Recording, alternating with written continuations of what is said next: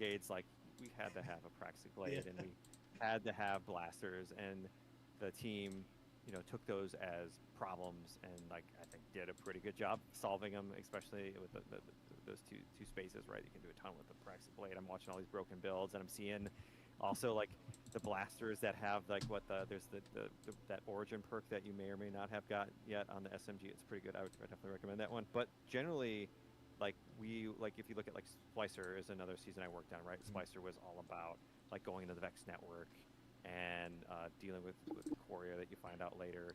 And we went to the weapons team and we're like, okay, here's the narrative, here's the setting, here's the aesthetic. Like, what do you want to do in this space? Like, oh, you want to build an auto rifle that everyone's going to remember for years, or you want to build, uh, you know, something that fits into that space that's special. And then I think you know the weapons team is incredible, and they are really setting a lot of their own destiny going forwards with weapons. Like they always surprise me, and like there's so many things even with in Renegades that like we didn't ask for the heat mechanic. That was just something that came from the team to try to like innovate and push things forward. So they're always gonna like try to like understand what the narrative and the game asks for, and then what they can do to kind of like build something new and exciting for all of you to chase. That's really, really cool. And I guess to like now bring it all together and for the race that we're going to be seeing today, is there a favorite dungeon race or raid race or even like this could even be any of the work that you've developed that then you've got to see on full display on maybe a day one that really stands out to you. It can be just a moment that's really your favorite from a community standpoint. So it could be your favorite raid race. It could be maybe something you worked on that you got to see everybody experience. I think for raids, like I definitely was like from home, I'm spoiled because I get to like jump in the team chat or go to the studio and watch in the theater, and like watching Desert Perpetual was like a new experience just because like the team was just locked in, like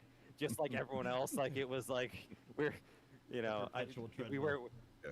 we We'll were never in there with forget the it. perpetual raid, like it wasn't we were locked in with it, and that was a lot of fun. I remember like passing out like at like 1 in the morning and waking up and like no, it's still going, and that was its own experience, and I hadn't seen them go that far. And in the past, I remember like sitting down for like seeing orcs die in the studio was crazy, like just floating off into space towards Saturn. And for my own work, I had an opportunity when I worked on the Homecoming for the Destiny 2 reveal, and I was in the audience in LA in the theater watching Luke present and walk on stage and then introduce Homecoming, and while everyone in the audience was cheering. So that was like a total like bucket list check mark for my career. Don't need to like I don't need to top So, this like, again in my hypothetically, life. if we So clear it I within like definitely 12 hours, are you gonna really swap teams and appreciate and help like the feel other great teams? working with the super talented people at Uh, Bungie. Like, and Me I'm and excited Craig's to see plan what's gonna happen. is to clear with Days, our really teams, just weeks clear for my before the dad race, and with him, and also like then I know all the secrets. do I've a had a chance duo to play clear, it.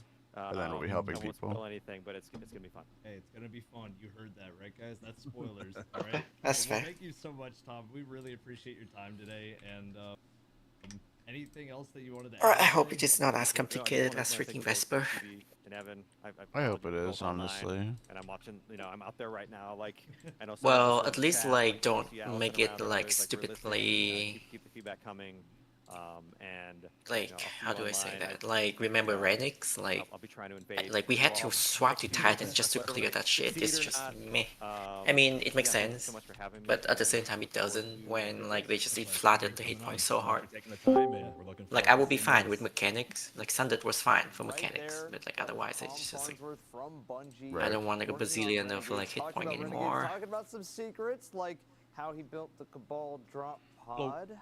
Which I may have I don't Oh, know. hello. died to a Where few did you come times. from? Might have Hi, Foodkey. taken me out. My mom. But seriously, thank you to him for taking the time Alright. to Real. come on for the pre-show and to add insight on some of the things he's worked on all the way since the Okay. beginning of Destiny 2. It's really cool to hear about his history and everything that he's worked on. So we really appreciate you. Thank you so much for coming on. Yeah, thank you, Tom, again. And everybody, we hope if you're just now joining us that it's not too early in the morning for you, that you're feeling good, you're feeling nice, you're feeling dapper. I know Right, these let's low lights are go. feeling Let's nice get and you the dapper right now, thing. so. I mean, every single time it's either I don't I don't remember where they are, but let's go. Whatever it Anyway. is, these are like the Destiny Christmas moments, right? We got almost 2.5 hours before the race. Did goes you live, and know I'm there is so a excited. So way thank you guys for joining to us on this bypass pre-show. the second Absolutely. And encounter? CB, Oh, not bypass, but make it still a haven't lot seen faster. Subi. Wait, I got like a weird vision. The first encounter, This? actually. What am I talking about? haven't seen him. Yeah, so remember like the Maybe one it's where maybe you it got was stuck this, in the maybe it was room on the and show, you but I got haven't to seen either kill yet, so. like I got the minotaurs and message get before charged, that and said then that you go Subi in and each Evan might door. be on their way at So some if you point. have like Windows It Wrath, must have filled the my brain, but the stasis Lodi, I do, super, you can use speaking that of one and which, you can just wanna actually hit it from the other wanna side. pick your brain and maybe figure out some So secrets, some it make it features, so some much twists faster. and That's how I got turns, like some 1% on surprises the along Call the to way. Arms And I want to event. know how you're feeling about the dungeon and what do you think it'll feature? I mean, that's really the interesting question, and we are going to open this up to you all as well because this Just is very Ricardo similar of to cheese how the methods now. conversation Oh, if you were here let for me check the raid zone the when it billing came to for Desert my Perpetual. company. I was asking, well, now that we're in the Fate Saga, It is what do raids 100 look like when it comes to a new saga of Destiny? And so Desert Perpetual in a lot of ways did break the mold of what we originally were expecting when it came to raids, and I think that's why, you know, in terms of the race, especially people are always going to look at that race very fondly. With that being said, what does a dungeon look like when it comes to the Fate Saga now? Like, what does that look like? Is it going to be different? Are we going to get kind of the same maybe template of what we kind of gotten slightly accustomed to in the past, or maybe we might get a curveball Closing from something everything like work think related. about Warlord's It's Ruin, not where a the work second you walk day. in, there's already a boss waiting for you. Almost. Right. Like, what does a Fate Saga dungeon look like? What do you guys want to see? Yeah, from what the would dungeon? I guess what CB would always say? What would break the mold? Wait, what? That's a good question. What would break the change? mold? What would shift dungeons to make them in a way that you'd be like, wow, like I mean, I was like, just I would love to hear from everybody and see what. Yeah, everybody across every single chat, what would break the mold for you? What do you think the dungeon will feature that will really say? So "Hey, there's look, one this is a here. Fate Saga dungeon. Equilibrium is coming out swinging. And Am I lagging? you Let know, me check. Equilibrium is at the end of the day a balance Oh, of no. light and dark. Right. Alright, so what let's does go that look like? in. Which is it feels like very Destiny already in the name. So good name choice at least. No Oh. bosses. Says We went too far Nick. here. There should be something No you can bosses. click here. Just all Right. puzzles, no bosses. No, that would nothing more. definitely. Verity 3.0, which I don't know where Verity 2.0 even came in. So once When you did- collect when did that, Verity 2 then come out? interact with this machine. Taniks. All right, we I love. guess that's we the love to see that's some one of the Taniks. upgrade. I'm seeing Light Guardian versus Dark Oh, I think you Guardian. did that right. That could be something crazy. Now Lodi. Dude, I have no clue. There's nothing there for me. That would be very cool, Lodi. Wait, have you Very, done this very mission cool. before? I Do you wanna have see Wusa? something Yeah. mysterious, Yeah. like Metroid. You're walking Yeah, the along, first you one have to is find there. your way, and Basically, if you bam, go the into boss that corner is and there's there. anything that is like, you can collect and you can collect. Oh, Okay. oh, gonna go to Chicago. Darth Vidar is what I see there. Being serious, maybe something like Dual Destiny. Okay, yeah, Dual Destiny did have a lot of light and dark balance. That I remember the clocks in Dual Destiny. Right, I'm especially. seeing a humanoid boss with quick time events that would go hard. I mean, I be do cool. definitely think, I mean, obviously, a lot of the campaign with Renegades, we were kind of chasing after Dredge and Bale, and I think it does now have a lot of people really wanting to fight some sort of dark guardian or dark humanoid like that was said, or maybe, like, who knows? Lodi? Who knows? Lodi?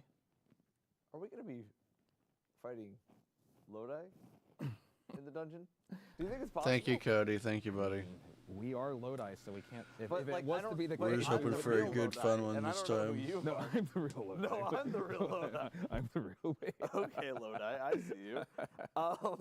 I personally think from watching the trailer, there was a decent amount of, I at least saw sparrows used. I don't know if it was the intro or if it's something that's going to be in the dungeon itself, but it felt like maybe something sparrow is where There my was head another message too that did say SRL within the dungeon. I mean, all of these are really cool theories. I'm curious to see what it looks like. I mean, it's going to be interesting. Another thing too, guys, that we wanted to check in with you guys on, as you guys know, or maybe you didn't know, but we'll let you know. I mean, Sundered obviously was the longest race, you know, to ever happen for a dungeon. And so in terms of today, how long do you think the first dungeon in the Fate Saga is going to take? I mean, Desert Perpetual, the first raid of the Fate Saga was over 15 hours. I don't think anybody expected that. I know No. we didn't. No, Lodi. we did not. We did not, Lodi. We did not well, expect that. Lodi, we definitely did not, but we're happy that it ended up working out and that Koragos is gone because that would have been a big problem for us, Lodi.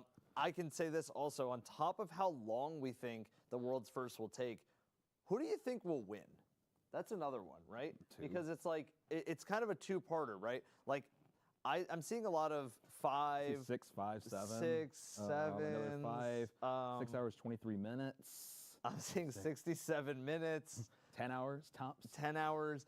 I think we can start with the range based on the history of contests, right? Okay. We can kind of start with a good range here. And in my opinion, based off of the range, because obviously let's talk about Vespers Host for a moment, our first contest clear. Vespers Host took 4 hours and 22 minutes. Yep. So if we go there and then we go to Sundered, and Sundered was a puzzly dungeon, if you remember it correctly, Lodi. Sundered was 5 hours and 17 minutes. Yes. So do we think we're going over or under that? I mean, the big thing is if you look in the direction that we're trending, it would make you think that maybe, I mean, the first one was in the range of 4 hours and some change, and the second one was 5 hours and some change. So maybe 6 hours and some change might make sense. But if I was to give you a range, though, and I mean, I'm seeing a lot of answers in chat, my range would probably be somewhere between, I would say, probably like, and this is too big of a range, but I would say 4 to 8 hours would be the range of what I'd be like, okay, I think that makes sense. Yeah.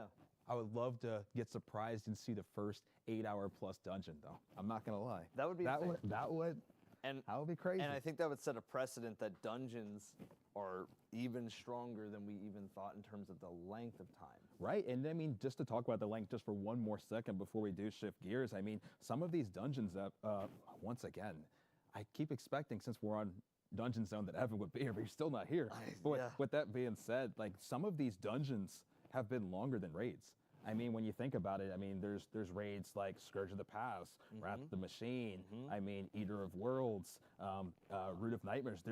These dungeons have gone longer than. So it is crazy to think how long some of these dungeons have gone, and just the bar that I would say contest dungeons really have set. Because I think when we went into it, when we go back to thinking about the very first contest dungeon zone that we did, I don't think anybody was really expecting the difficulty to be on the level that Vespers Host was, and it really set the bar for what contest dungeons would be. Oh, I fully agree. And I think we go back, and when we were talking to Indebted, who ended up claiming that world's first, we constantly were hearing from teams that they loved the difficulty of Corrupted Puppeteer. They loved every part of that encounter because it wasn't mechanically complex, but what it was an execution encounter. And I think if that's something that can break the mold of today, I would love to see that. All execution encounters, no matter what, you have to be fully locked in on your damage. Well, Lodi, we've talked a lot about some of the history of some of those times on how long certain dungeons took and whatnot. Yes. I think it's time to maybe test the community. Oh yeah, what'd knowledge she say? and see how much everybody in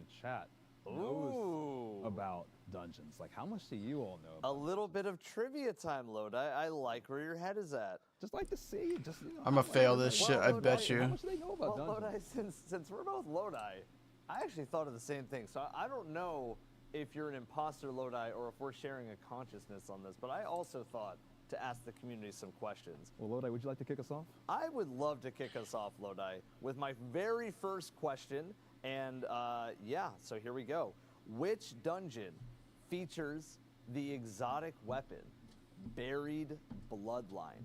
Is it World of 1, Druin. Spire of the Watcher? Is it 2, Grasp of Avarice? Is it 3, Warlord's Ruin? Or is it 4, Ghost 3. of the Deep? Oh shit. I see Lodi. You that tell you're- me, and you can vote with 1, 2, 3, or 4. 1, 2, 3, or 4, everybody. Lodi, I see you're taking mercy on them on this first one. This is a warm-up. I mean, it is only still at least here Pacific time. It's 6:33 a.m. So we're just trying to warm up everybody's brain here. Like, this should be one where I'd be very disappointed here if we didn't see the correct answer in this first one. I agree gotta with that. I'm seeing a lot of the correct answer, Lodi. I think we can probably just show them, everybody. It was 3. Warlord's Ruin. There it is, with Warlord's Ruin in the background, Buried Bloodline sitting there. An exotic weapon saying that was a 8, random bro? drop, but had a very long catalyst quest. Very, very long. Lodi, I feel like you definitely took mercy on them in this first one, and I'm also gonna once again kind of warm your guys' brains up. These first 2 questions, just to make sure you guys are awake, you know, rub the sleep out of your eyes, you know, and then we'll really get into some of these questions. But my Lodi here on my Understandable. left, brought If you're up not a used to the dungeon to the exotic raids and very dungeons, blunt how line, long so did let's it talk take? about dungeon exotics for a second, because there's been so many different ones, whether it's from the beginning, from Wishender. Now I don't all the way, imagine they here will. we are, and I mean, we're about to get a new one today, which is insane, right? I mean, we've had so many dungeon exotics over the course of the years of the dungeon's like history. And so with that being said, can you tell me the one dungeon that didn't have a dungeon exotic associated with it?